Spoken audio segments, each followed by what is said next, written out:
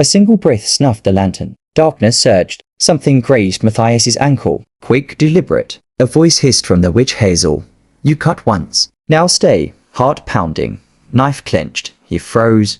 The ground shifted. Matthias spun. Nothing moved. Shadows flickered at the lantern. The witch Hazel leaned closer. He survived. But the grove never let go. Shadows followed him. Whispers echoed in his mind. Fear became constant company. The herb saved him, but it cost him deeply. A piece of his soul stayed behind, tethered to the witch Hazel forever. Matthias had come for the forbidden herb, for the boy back home burning with fever. But this was no ordinary clearing, no simple ritual. The witch Hazel held its own rules, older than memory, patient and unforgiving. He would perform the cut, touch the bark, and face the grove's judgment. Every step, every breath, would carry weight. The whispers, the shadows, the frost, they were not just threats. They were the price of crossing into the forbidden.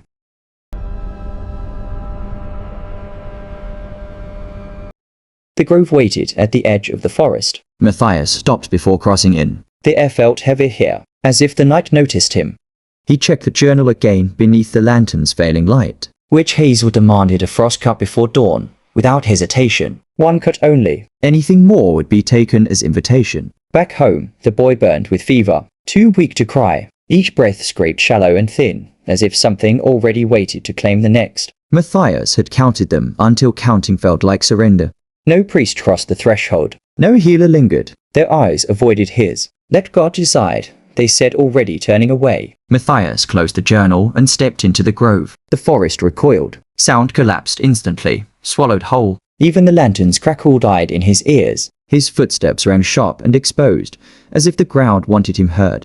The witch Hazel shrubs waited ahead, older, crooked, frost-caked like burnt bone. They stood apart from the forest, arranged carefully. A ring shaped by refusal, not growth. The lantern shook violently now, not from cold, not from fear alone, from pressure, something leaning into him, testing his weight, his intent. He moved forward anyway.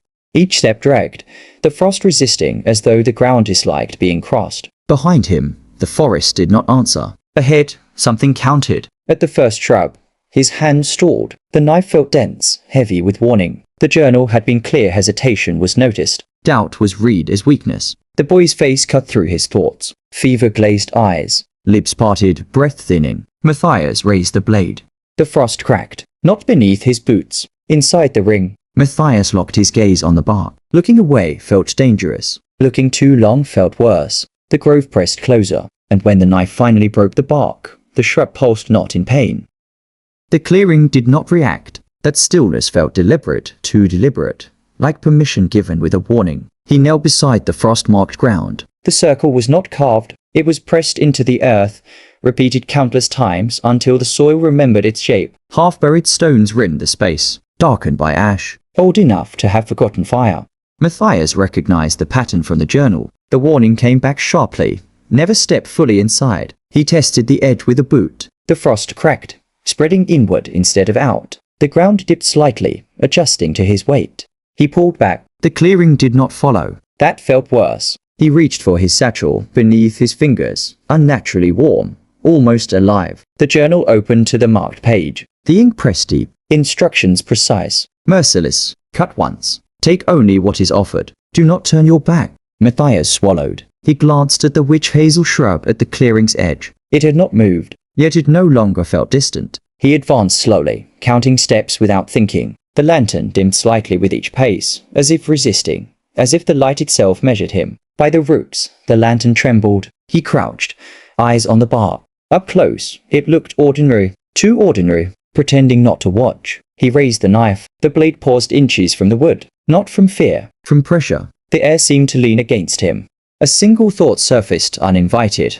This is the last moment without cost. The knife touched bark. Nothing happened. Just faint warmth and a pulse answering pressure. Behind him, the frost shifted. Matthias did not turn. The journal had warned him, but silence now carried attention. And somewhere beneath the frost, something adjusted, as if preparing for what he had just begun.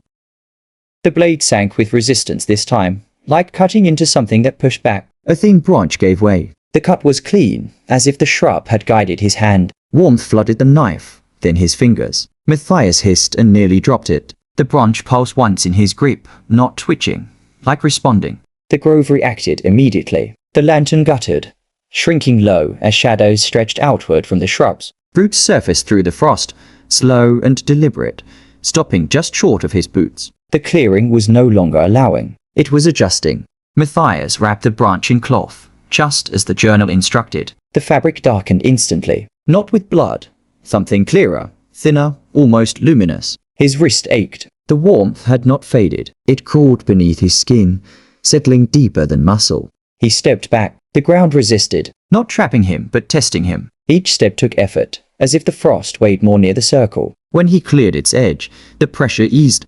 Matthias did not look back. He turned only once he reached a tree line. The witch Hazel leaned inward behind him. Branches scraped softly together, not in anger, but in record. By dawn, he was home. The boy still burned with fever. Matthias placed the wrapped branch beside the bed. The warmth returned immediately, stronger now. The boy's breathing eased within minutes. Color crept back into his cheeks. Relief hit Matthias so hard his knees nearly buckled. But his hand would not stop shaking. By nightfall, the ache spread up his arm. Veins darkened beneath the skin, branching like frost patterns. Sleep did not come. When it did, it brought the grove with it. Roots beneath his floorboards, branches tapping the window, slow and patient. A whisper counting breaths that were not his. He woke gasping. The warmth in his arm pulsed once, as if answering something far away. Matthias sat up, heart racing, and understood the truth he had avoided. The ritual had worked, but the cost had begun, and the grove had not been left behind. It was following the harvest. Morning light seeped weakly through the windows. The boy slept calmly, chest rising evenly, but Matthias did not. The journal lay open, pages fluttered though there is no wind. Lines had appeared overnight. Instructions he did not remember learning. Words pulsed faintly under his gaze. He moved cautiously.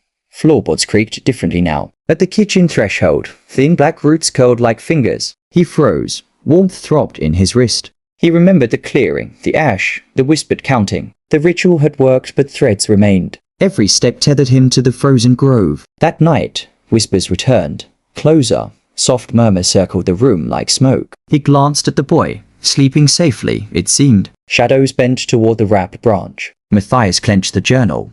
His hands shook, the ache spreading into his chest. Every gain carried a cost. Every action demanded attention. At dawn, frost coated the path. The branch passed faintly.